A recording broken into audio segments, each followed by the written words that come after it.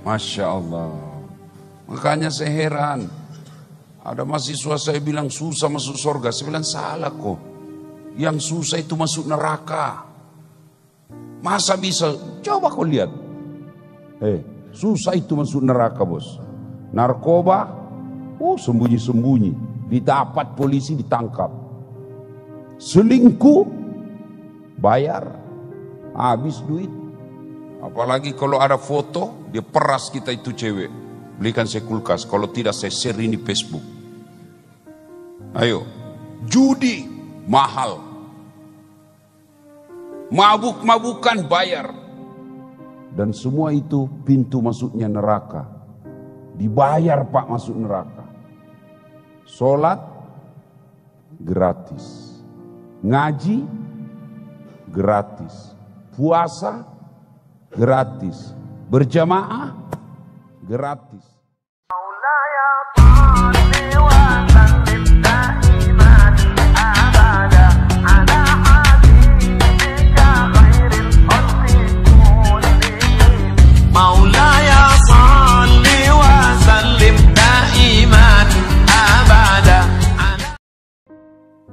Ibu bapak, saudara-saudara sekalian, teristimewa para alim ulama yang insya Allah dimuliakan dan dirahmati oleh Allah Subhanahu wa Ta'ala. Ketika Rasulullah Sallallahu Alaihi Wasallam melaksanakan perjalanan Isra dan Mi'raj, Nabi diperlihatkan ada manusia yang duduk di sampingnya arasnya Allah. Aras itu singgasananya Allah, kursi kebesaran seperti ini. Dan di samping aras itu ada manusia yang duduk mengeluarkan bau harum bercahaya. Nabi takjub. Wahai Jibril, siapa itu? Arwah para nabi? Bukan. Arwah para rasul? Bukan. Mungkin orang mati syahid? Bukan. Lalu siapa dia? Bayangkan Pak, duduk di samping arasnya Allah. Kita aja duduk di sampingnya bupati langsung selfie-selfie. Update status bersama bupati. Update status bersama menteri. Padahal baru 10 menit yang lalu menteri itu tanda tangan uang korupsi. Kita selfie lagi, bangga betul. Ini di sampingnya arasnya Allah. Pada saat itu orang semua menderita. Ini duduk di sampingnya arasnya Allah. Lalu Nabi bertanya, Jibril siapa itu? Nabi? Bukan. Rasul? Bukan. Orang mati syahid? Bukan. Lalu siapa dia? Jibril menjawab, itulah umatmu jamaah masjid Jami Kota Loksmawe yang rajin sholat berjamaah di masjid. Bapak inilah semua. Alhamdulillah. Luar biasa ini Loksmawe Pak. Sholat subuh rame begini. Jarang saya dapat masjid rame seperti ini Pak. Tidak tahu kalau besok. Masya Allah. Makanya saya heran. Ada mahasiswa saya bilang susah masuk surga. Saya bilang salah kok. Yang susah itu masuk neraka. Masa bisa? Coba kau lihat. Susah itu masuk neraka bos. Narkoba, sembunyi-sembunyi. Didapat polisi ditangkap. Selingkuh, bayar. Habis duit. Apalagi kalau ada foto, dia peras kita itu cewek. Belikan saya kulkas, kalau tidak saya share ini Facebook. Ayo, judi mahal. Mabuk-mabukan bayar. Dan semua itu pintu masuknya neraka. Dibayar Pak masuk neraka.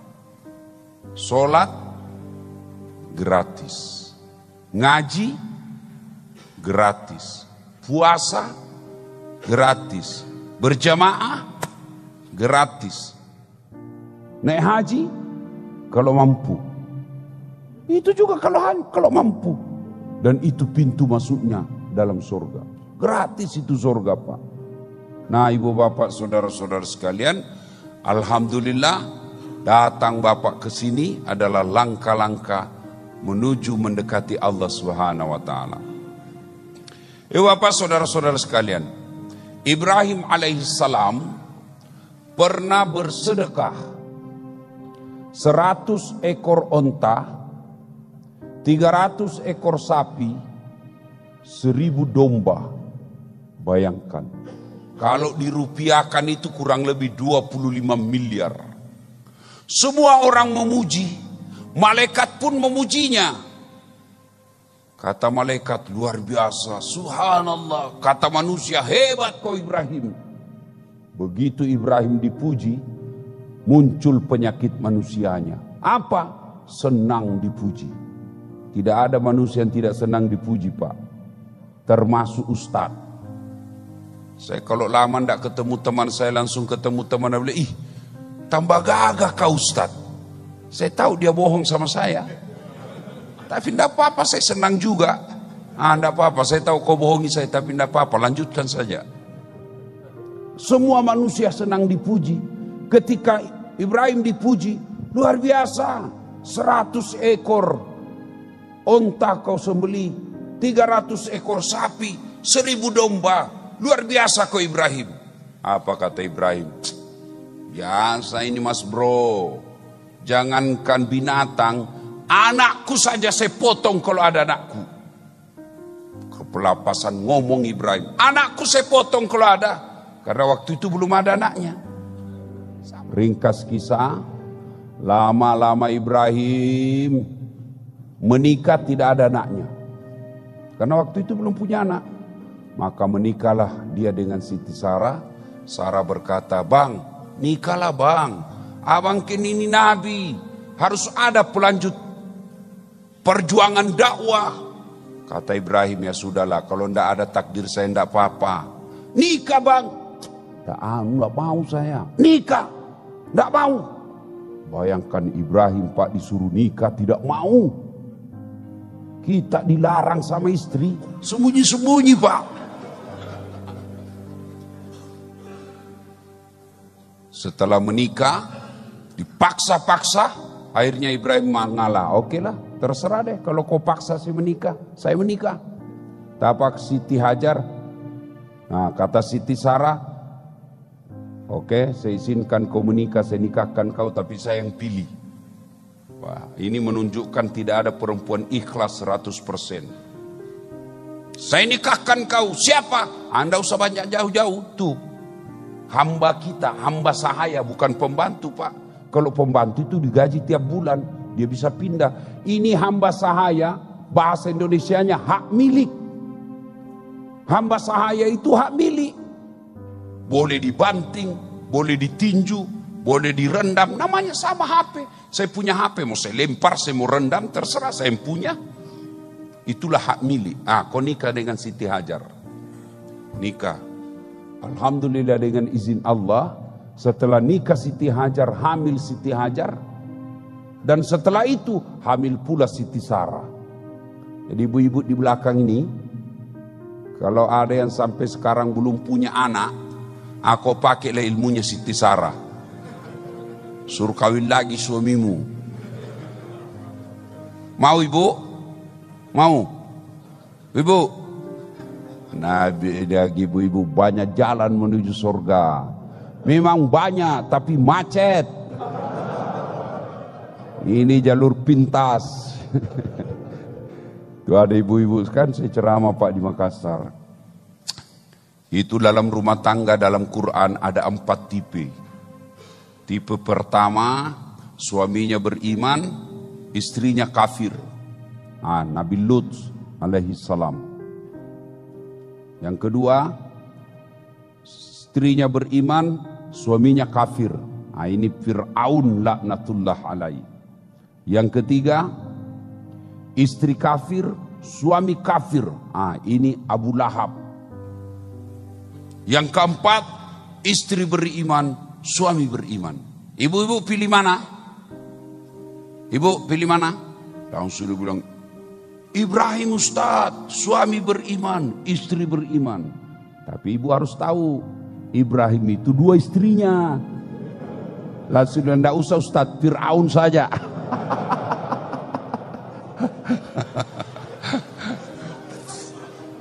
Sudah menikah, alhamdulillah dengan izin Allah. Lahirlah Ismail alaihissalam, Ibrahim dengan Siti Hajar, inilah keturunan orang Islam. Ibrahim dengan Siti Sarah, lahir anaknya namanya Ishak alaihi salam, inilah keturunan bangsa Yahudi. 8 Zulhijjah tidur Ibrahim. Ibrahim mimpi, Ibrahim, kau pernah bernasal kalau ada anakmu, kau potong anakmu. Sekarang kau punya anak, potong itu anakmu. Bangun Ibrahim, ini mimpi atau wahyu? Kalau mimpi, kenapa? Jelas sekali. Kalau wahyu, kenapa anak disuruh potong? 1 lagi anak saya. Kalau 9 anak disuruh potong, dicari yang paling nakal. Potong anakmu. Mana ini yang paling nakal ini? Potong kau ini. Tidur Ibrahim alaihissalam tanggal 8 Zulhijjah. Mimpi. Wahyu, mimpi. Wahyu, mimpi. Berpikir-pikir. Maka tanggal 8 Zulhijjah kita sekarang disebut hari Tarwiyah atau hari berpikir-pikir. Sekarang kalau ke tanggal 8 Zulhijjah. Tanggal 9 Zulhijjah, mimpi lagi Ibrahim. Ibrahim, potong anakmu. Kau sudah janji saya, potong. Bangun Ibrahim, yakin. Ini bukan mimpi, ini perintah Allah.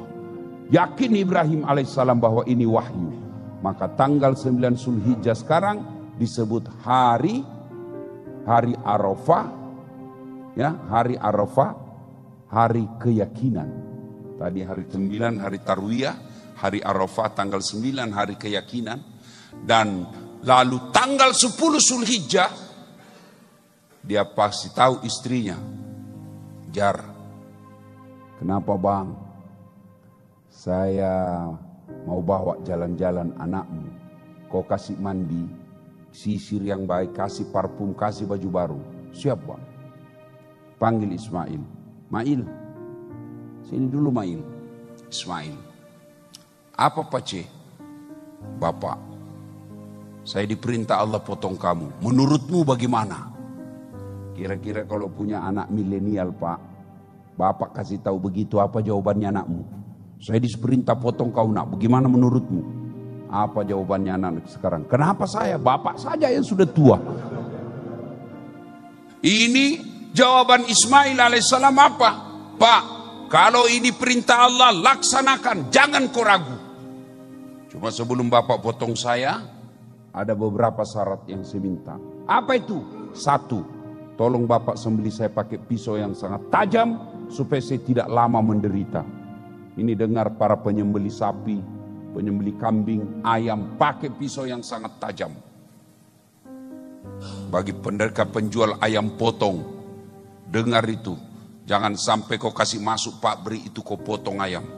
Ada selihat itu, dia kasih masuk saja Pak. Dan tidak baca basmalah. Maka hati-hati Bapak yang suka makan ayam potong di luar.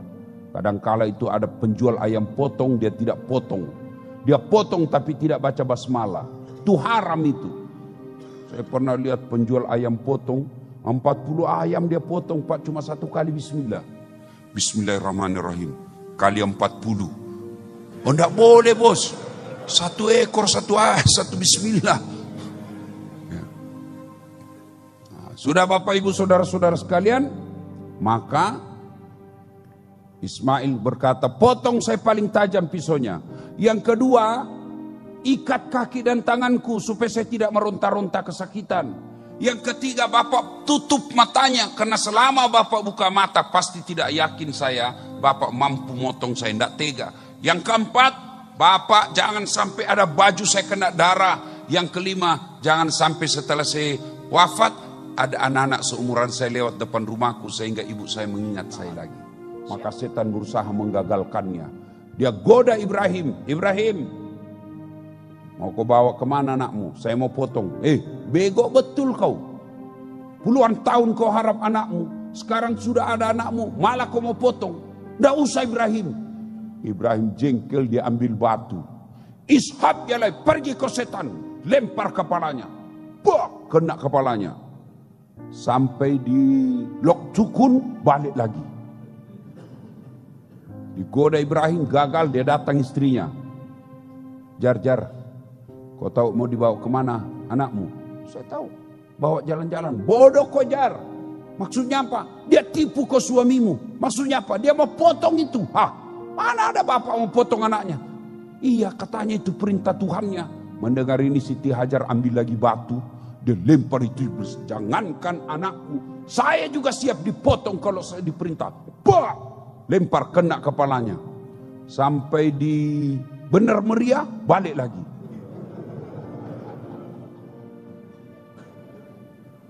Gagal goda suami Ibrahim, gagal goda istrinya, dia datangi Ismail.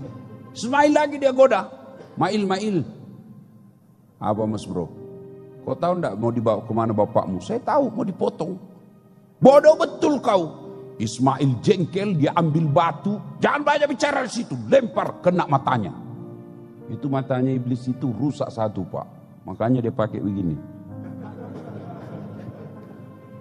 Lempar. Balik.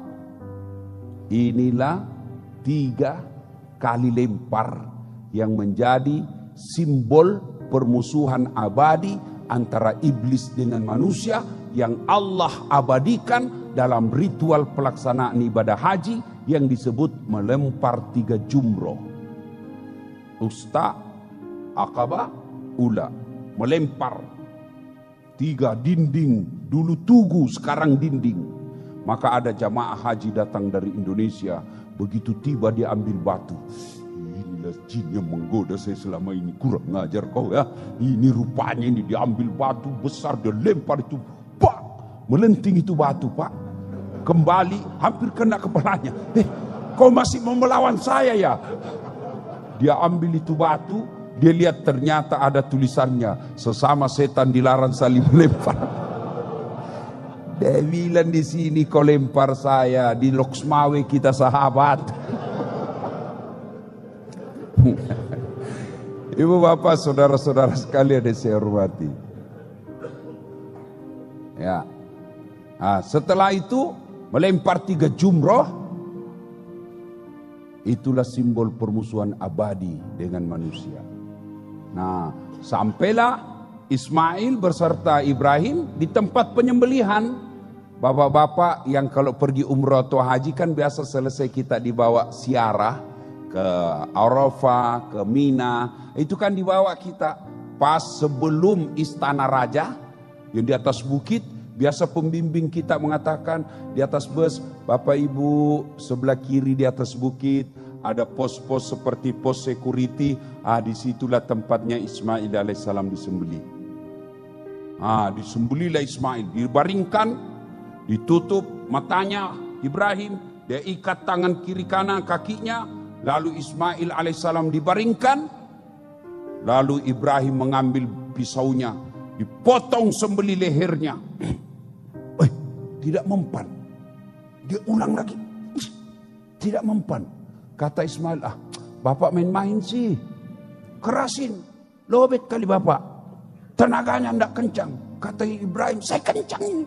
Tidak mempan. Dia bilang Ibrahim, barangkali pisauku kalian tidak tajam. Dia hantamkan pisaunya ke batu. Baru 1 kali pecah batu. Batu aja pecah. Kok leher ini enggak? Dia ulang lagi. Begitu dia mau ulang, Ismail berkata, Pak tunggu dulu pak, tunggu dulu. Apalagi nak, tolong lepaskan ikatan kaki dan tanganku. Kalau saya diikat seperti ini, nanti malaikat dan Allah menganggap saya tidak ikhlas, terpaksa, akhirnya harus diikat. Dilepas. Begitu dilepas, disembelihkan kembali, dibaringkan kembali. Allah subhanahu wa ta'ala di atas aras memanggil seluruh malaikatnya. Wahai malaikatku, sini kalian semua. Kau saksikan Ibrahim alaihissalam, manusia yang selama saya pernah ciptakan kalian protes kalau dia jadi pemimpin. Kau lihat ini Ibrahim. Dia potong anaknya demi taatnya kepada perintah. Dia sembelih anaknya yang satu-satunya demi kecintaannya kepada saya. Ya, begitu dia mau disembelih lagi kedua kalinya, Allah perintahkan, hei malaikat Jibril, kau ambil kibas yang ada di sorga, bawa turun ke dunia, kembalikan ke Ibrahim itu kibas, jadikan lehernya menjadi penggantinya anaknya. Begitu dia sembelih lagi, seluruh malaikat yang ada di langit memuji Allah. Allahu Akbar, Allahu Akbar, Allahu Akbar. Lalu Ibrahim alaihissalam membalasnya dengan kalimat, La ilaha illallah huwallahu akbar. Mendengar ini, Ismail alaihissalam melanjutkannya dengan kalimat Allahu akbar walillahil hamd. Inilah sejarahnya kalimat takbir ketika kita takbiran Idul Fitri atau Idul Adha. Allahu akbar, Allahu akbar, Allahu akbar. Malaikat, la ilaha illallah huwallahu akbar. Ibrahim alaihissalam, Allahu akbar walillahil hamd. Ismail alaihissalam. Nah, ibu bapak saudara-saudara sekalian, panjang ceritanya tapi waktu yang terbatas. Apa hikmah dari kisah ini? Satu, ternyata kalau bapak mau melakukan kebaikan, jangan pikir setan diam. Bapak dengar azan subuh, hayya 'alas shalah, setan kasak kusuk. Bagaimana caranya supaya gagal? Maka setan membawa 3 senjata ketika subuh. Malam hari ketemu iblis dengan Nabi. Iblis ini membawa 1 tepung, 2 selimut, 3 paku. Nabi bertanya, kau mau apain itu iblis? Ini selimut saya mau pakai ketika azan subuh, saya selimuti umatmu supaya dia tambah nyenyak tidurnya. Makanya jangan heran Pak, ketika kita dengar hayya 'alas shalah, bangun, masih ada 10 menit, ambil selimut. Selimutnya iblis masuk. Kalau selimut kain masih bisa dihadang Pak, tapi kalau selimut dalam bentuk istri, susah diusir ini Pak. Apalagi yang pengantin baru, hayya 'alas shalah, baru bangun dia bilang, apa? Tunggu dulu, ini susah diusir Pak.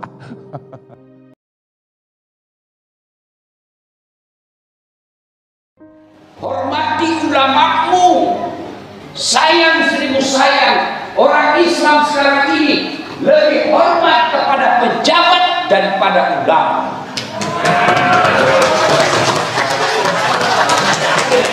Bukan yang ada di sini ya, bukan.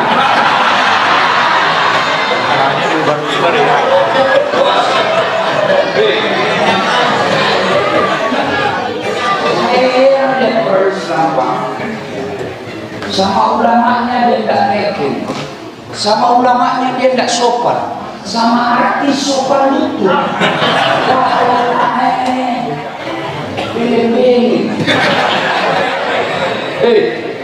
Coba lihat kalau kita ulang tahun komplek, ulang tahun 17-an, undang artis, dimuliakan Pak, jemput pakai pengawal tentara polisi, kasih tiket bisnis kelas, kasih hotel bintang 5. Apa dia bawakan untuk artis? Alamat palsu. Datang dia berdiri, di depannya Pak Haji, di depannya para tokoh-tokoh masyarakat. Kelihatan dadanya, kelihatan pahanya. Dia goyang, dia punya Pak. Tidak juga dikasih pegang, tahu dikasih dia saja. Begitu ulama kau butuhkan, imam kau butuhkan, kau jemput. Tidak, rek. Itu pun pakai motor. Benar. Nah, motornya pun motor tua. Gantung kakinya karena tidak ada setan kakinya. Tengah mati kasihan Pak Imam. Hujan lagi, 1 maghrib berdua. Sudah sampai sedikit lagi Pak Ustaz. Sudah sampai lagi buat hitungan. Basah bajunya Pak Imam. Hafal Quran 15 juz. Kamu jemput pakai Grab, kehujanan, sampai di rumah kau tidak hargai. Dia doakan kamu, dia berkah-berkahi rumahmu salawatan, dia doakan anakmu soleh dan soleha, yang ngaji berjus-jus di rumahmu, sejam kepanasan, gak ada AC, gak ada kipas angin, setengah mati sallallahu alaihi Muhammad. Begitu mau pulang, kau kasih apa? Uang 200.000, kau kusut-kusut. Dia bilang suaminya ya, sejam dia tinggalkan itu warungnya Pak Imam, menghargai undangan, masa cuma 200 kau kasih? Apa kata istrinya? Sudah memutuskan pisang 3 sisi.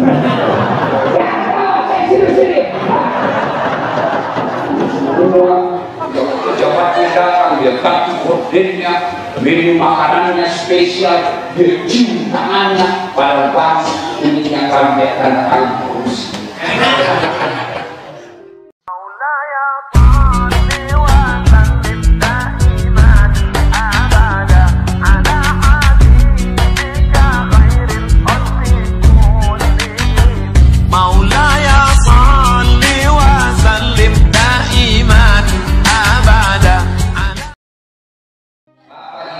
Saudara-saudara sekalian yang insya Allah dimuliakan dan dirahmati Allah Subhanahu wa Ta'ala, dalam tabligh akbar ceramah ini saya menyampaikan beberapa hal, mudah-mudahan bisa manfaat kita bawa pulang dalam kehidupan sehari-hari. Satu, Ibu apa namanya Ibu? Orang Indonesia bilang HP, handphone, karena tidak ada bahasa Indonesia. Orang bilang telepon genggam karena memang digenggam. Orang Malaysia sebutnya bimbit. Orang bule bilang handphone. Ini bapak semua punya, ya kan? Kadang-kadang ini lebih menentukan kesehatan jantung bapak daripada joki. Maksudnya apa? Bapak handphonenya kasih istri, berani.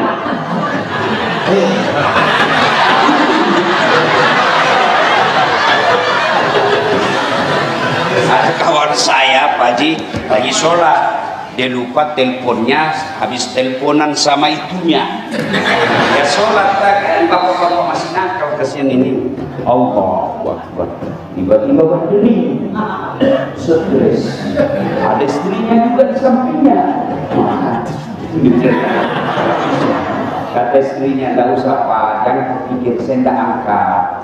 Konsentrasi aja kau dengan sholatnya. Sudah tak baru dia tenang. Oh. Ini bahayanya handphone. Handphone Bapak Ibu sekalian, dari sini kita belajar Quran. Handphone ini Bapak Ibu kalau dipakai terus kenapa? Ayo, kalau handphone ini saya pakai terus, akhirnya apa? Kalau lowbat Ibu apain? Kalau udah dicas kenapa? Masih bisa pakai? Masih bisa? Oh, ini satu pegang HP. Banyak isinya, banyak pulsanya, datanya unlimited, harganya mahal. Tapi kalau dari listriknya fungsinya, Pak bisa dilempar pakai lempar. Iya toh? Begitu juga hatimu. Kalau kau pakai terus, lihat rumahnya orang lewat dunia, lihat mobil tetangga dunia, lihat istri tetangga dunia, lihat pangkat jabatannya orang dunia. Kalau dunia terus, kau tidak cas, akhirnya hatimu mati. Gimana cara agar hati kita tidak mati? Satu, agar hatimu tidak mati, dakwah. Dengan ceramah seperti ini, cas.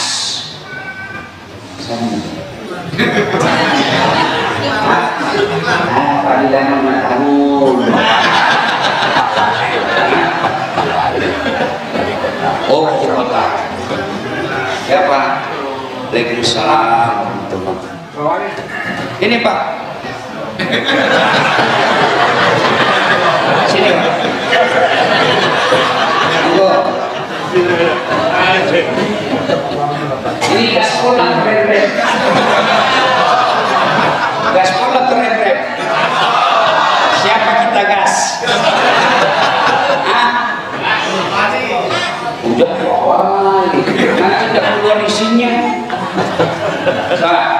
Satu, Bapak Ibu, kalau mau imanmu kuat, dengar dakwah. Dakwah. Coba lihat kehidupan kita. Kapan kita dengar dakwah? Paling hari Jumat. Itu pun paling terlambat datang, paling cepat pulang. Orang mau banyak tidur. Bagaimana hatimu tidak mati? Dengan dakwah juga ngantuk. Iya, kalau penceramahnya menarik. Kalau penceramahnya neraka, dia terus cerita. Orang bakar, banting, lipat,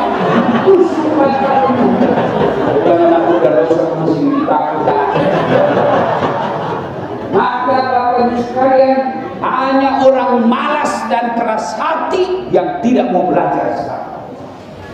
Hormati ulamamu, sayang seribu sayang. Orang Islam sekarang ini lebih hormat kepada pejabat daripada ulama. Bukan yang ada di sini ya, bukan.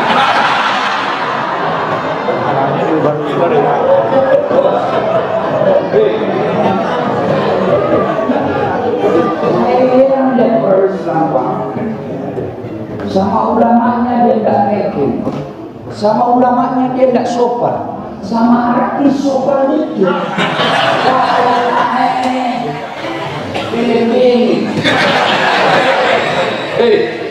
Coba lihat kalau kita ulang tahun komplek, ulang tahun 17-an, undang artis, dimuliakan Pak, jemput pakai pengawal tentara polisi, kasih tiket bisnis kelas, kasih hotel bintang 5. Apa dia bawakan untuk artis? Alamat palsu. Datang dan dia berdiri, datang berdiri di depannya Pak Haji, di depannya para tokoh-tokoh masyarakat, kelihatan dadanya, kelihatan pahanya, dia goyang, dia punya Pak. Tidak juga dikasih pegang, tahu dikasih dia saya.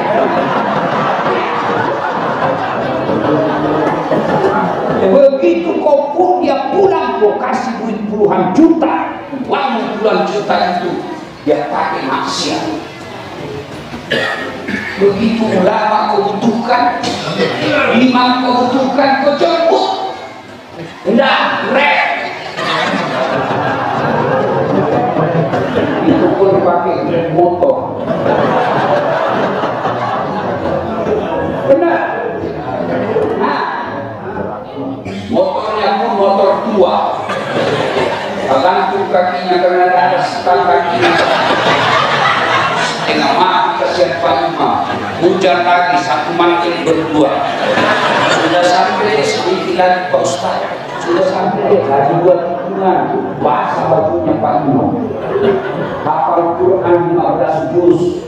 Kamu jemput pakai Grab, kehujanan, sampai di rumah kau tidak hargai. Dia doakan kamu, dia berkah-berkahi rumahmu salawatan, dia doakan anakmu soleh dan soleha, dia ngaji berjus-jus di rumahmu, sejam kepanasan, tidak ada AC, tidak ada kipas angin, setengah mati salawat, sallallahu alaihi wasallam. Begitu mau pulang, kau kasih apa? Uang 200.000, kau kusut-kusut. Dia bilang suaminya ya, sejam dia tinggalkan itu warungnya Pak Imam. Menghargai undangan, masa cuma 200 kau kasih? Apa kata istrinya, sudah memutuskan pisang 3 sisi. Ya, sini. Semua kalau pejabatnya datang, dia ganti gordennya, minum makanannya spesial, dia cium tangannya, pada bang ini yang akan dia tanda kursi. Ya. Maka kalian kalau mau baik mampu dengar dakwah. Sudah dengar dakwah, muliakan yang kau punya dari mana ilmu, dan jangan menjadi tinjuri penceramah. Ada kan juga jamaah jadi tinjuri Pak. Kalau ini ceramah bagus, kalau ini kalau ini jangan. Kalau kau tidak senang penceramahmu, jangan kau hina ulamamu. Jangan sudah tutup channelnya, selesai. Maka oleh-oleh pertama belajar agama. Ya, mohon maaf belajar agama. Ibu-ibu belajar agama. Biasanya kita mau belajar itu setan masuk. Gak usah orang. Tanya di Instagramnya persatu. Itu sombong namanya. Begitu. Pakai emas, sombong. Kapan dia sombong? Ketika dia pakai emas, lalu dia remehkan orang lain. Ada orang lewat, dia nggak gosip tapi matanya sinis.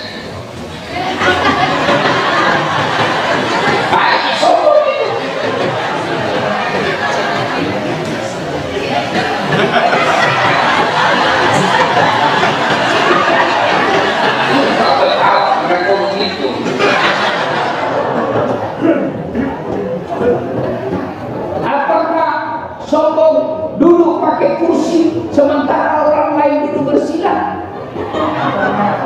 Sombong tidak, dia tidak bisa bersila, sudah sakit kesehatan. Tentu. Lalu kapan dia sombong? Ketika dia memberikan orang yang duduk bersila.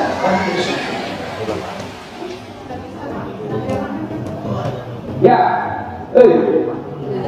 Bu, ada 3 temannya setan. Teman setan. Satu di antaranya kata Allah dalam hadits qudsi, ghaniyun mutakabbir, orang kaya yang sombong. Jadi wali kota temannya setan, belum tentu. Ya, tapi kapan dia sombong? Dia merasa temannya setan kalau dia sombong dengan jabatannya. Apa yang kamu sombongkan dengan jabatan wali kota? Bisa jadi wali kota karena ada yang pilih. Ya toh Pak. Apa mau sombong dengan wali kota? Paling lama 5 tahun. Anggaplah beruntung 10 tahun. Tidak mungkin perpanjangan periode. Apalagi minta 3 periode.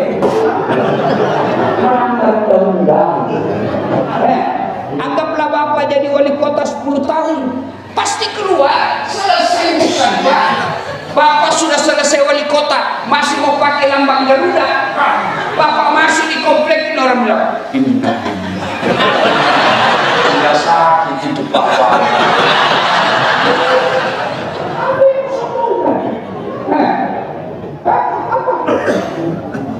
Ilmu, kamu sombong karena ilmumu. Dasar latif, jangan sombong. Kamu bisa hebat karena ada yang nonton.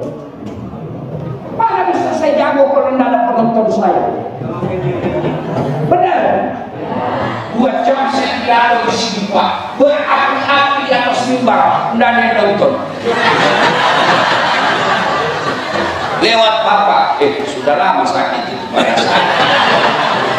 Ayo, apa yang sombongkan? Allah tidak senang itu orang sombong. Kenapa? Itu pakaiannya Allah. Al-Mutakabbir, yang maha sombong, hanya Allah yang boleh pakai. Kamu manusia, kamu kaya, lebih kaya Nabi Sulaiman. Kamu pindah, lebih banyak kita Nabi. Kamu pejabat, lebih tinggi jabatannya Muhammad sallallahu alaihi wasallam. Beliau para nabi dan rasul, tapi tawadhu rendah hati. Kalau beliau berasa kena cantik, mau sombong. Setrok, masih cantik.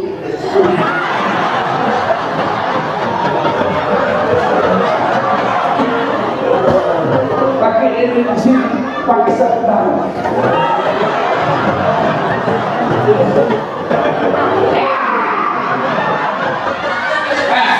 Maka tujuan pengajian ini supaya kita dapat ilmu dalam semuanya. Ya, ya jelas.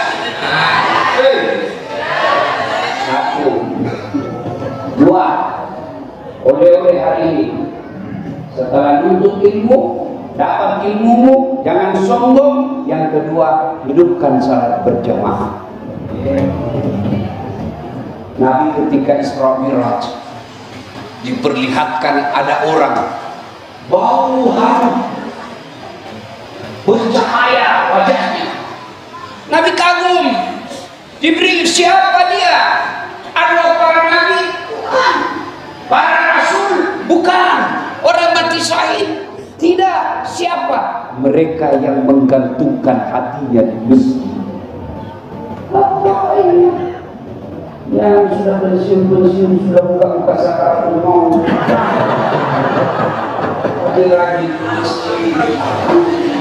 ada orang pak sudah pensiun, umurnya sudah 77 tahun, masih ngurus dunia. Kapan kamu ngurus akhiratmu? Ya, ini masjid tidak ada gunanya kalau makan lagi. Tapi alhamdulillah saya dengar kabar Pak, ini masjid selalu penuh. Apalagi kalau subuh sampai di luar tidak ada jalan. Yang ada sholat subuh yang bawa minyak angin.